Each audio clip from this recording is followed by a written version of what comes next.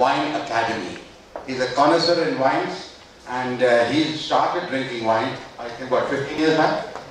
No, 35 years. 35 years. But I was teetotaler before that, so you can... So then he switched on to the wines immediately. From Coke to the wine. From Coke to wine, not people like us who are coming from and coming from Coca-Cola to the soft drink, beer and shandy, whiskey. And then to the whiskey, and now we are developing a taste for wines. I think the wine is becoming quite prominent now in India also, because wine was always a very overseas and outside country drink, but today I find a lot of Indians are drinking wine. So we have Mr. Sumit Mandala from Bombay.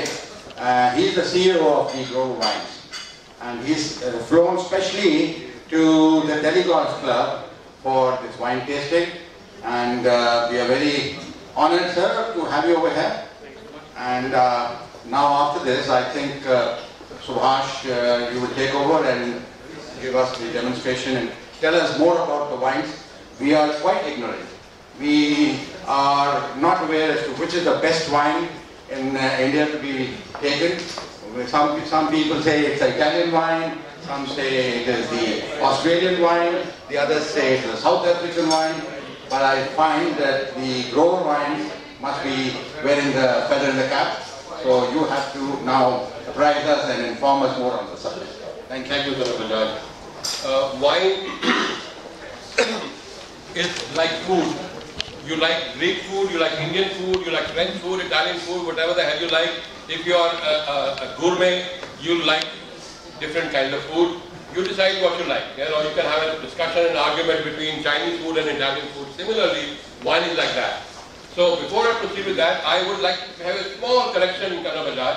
Today it is not Grover Vineyard, it's Grover Zampa Vineyard. Why? Because Grover Vineyard is a Bangalore-based company. Zampa Vineyard was based in Nashik, and they merged about 2-3 years ago and became Grover Zampa Vineyard. And I'm very honored myself that Sumit, who's been very, very busy, he's been the CEO for the last 2 years and kind of brought the company around in a way where it is now looking up all the time. And the two feathers in the cap which I'd like to mention is that last year they introduced Vijay Amrit Raj collection of wine, which is working with Vijay Amrit Raj for the last 5 years, and they came up with this wine. The second thing was that as you mentioned, I've been observing this industry for the last 20 years. I've been writing about it. I have a newsletter that goes to 30,000 people in 69 countries, and I've got the pulse of the Indian market.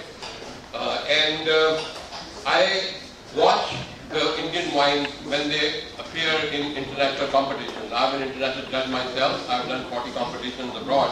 And till last year, not a single Indian winery had won a gold medal. They had won silver medal and they had won bronze medal, commendation and all that, and including Grover, they harp on it and they write about it and they sing songs about it. And we won a silver medal, we won a bronze medal, which to me is nothing. It's just a small step, baby step.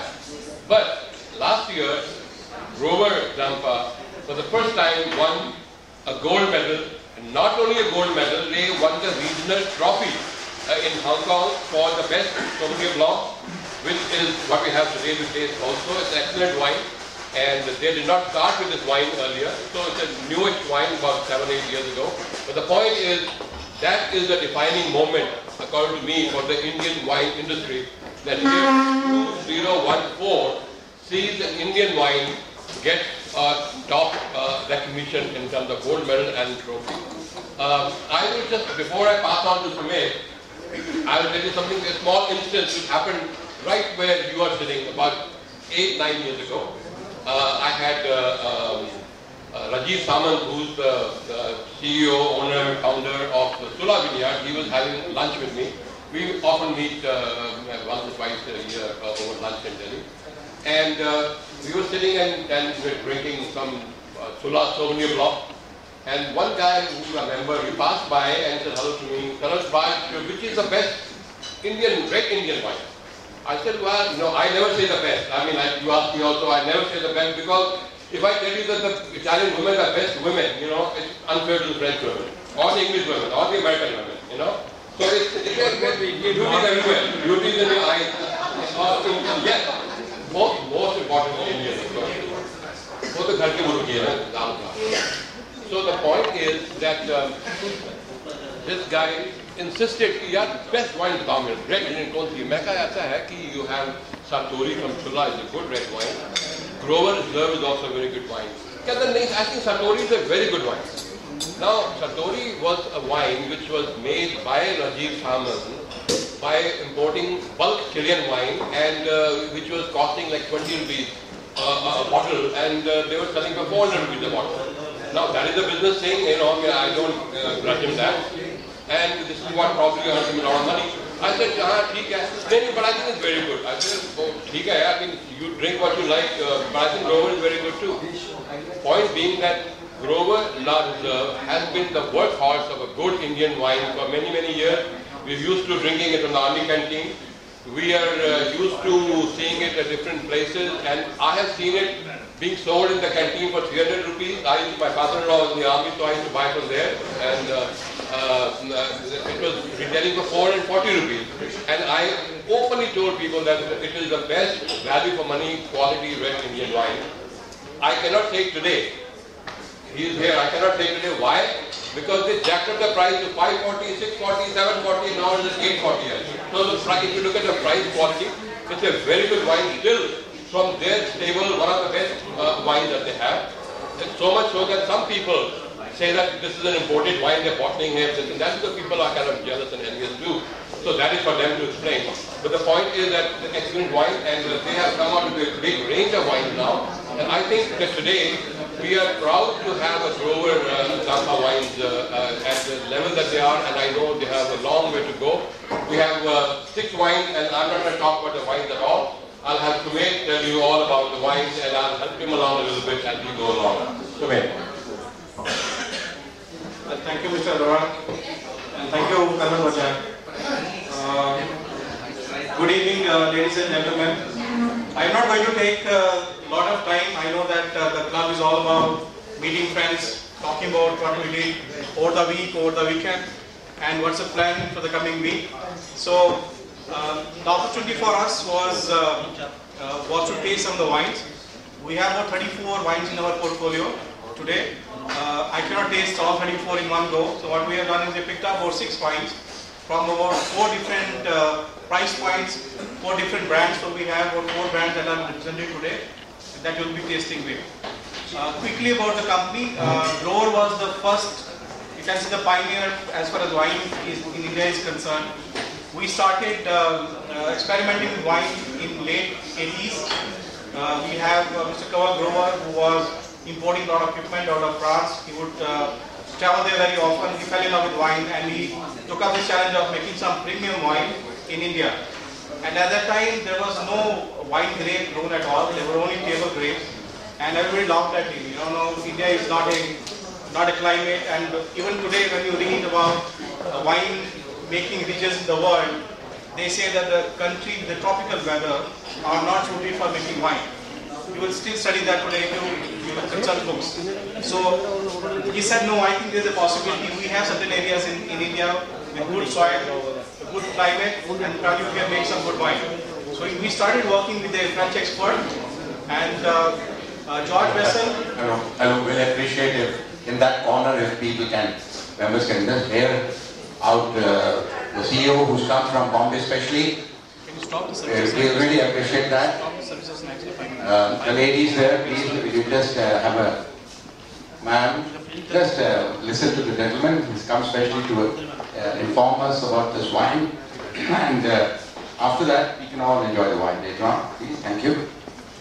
Okay, so it was about late 80s when we started experimenting with wine.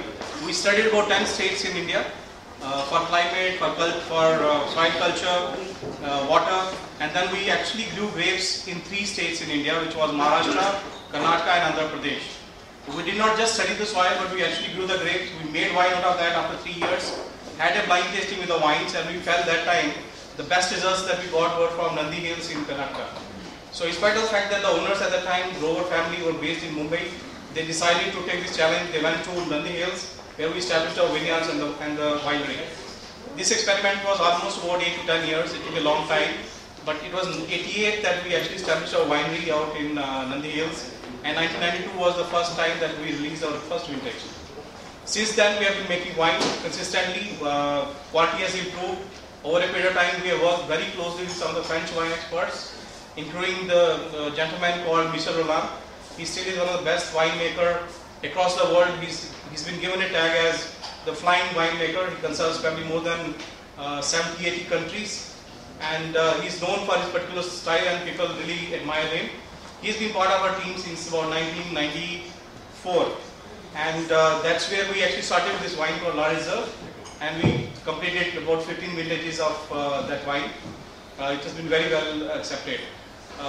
Moving forward, I think we won a lot of appreciation for the wine. We always had a focus on quality.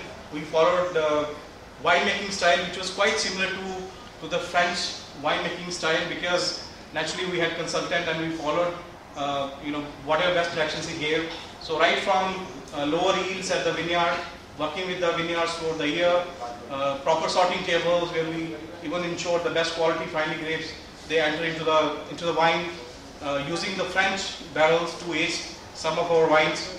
And later on, when we actually had a merge between two companies, we also started making method traditional sparkling wine, which is similar to what you taste a champagne. Okay, so we can easily say that we get a lot of influence out of the French for winemaking. Michel Roland is still part of the team.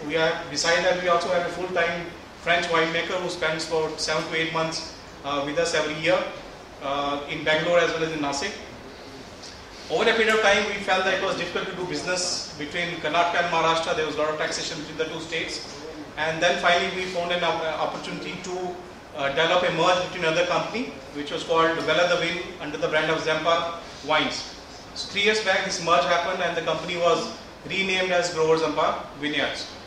It has been a great success since then, because we did not discontinue any brand, but we basically consolidated the brands.